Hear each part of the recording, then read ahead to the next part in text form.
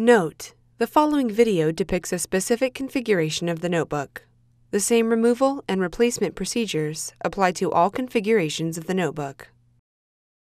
Before you begin, remove the base enclosure, wireless module, wireless WAN module if installed, display panel assembly, hinge covers, and display cover. Removal. Important: make careful note of the routing of the display panel cable for later replacement.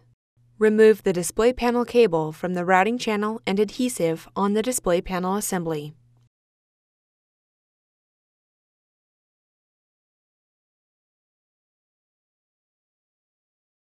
Peel back the retention tape that secures the display panel cable to the display panel.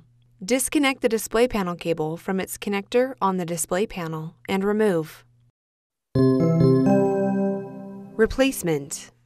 Connect the display panel cable into its connector on the display panel and replace the retention tape.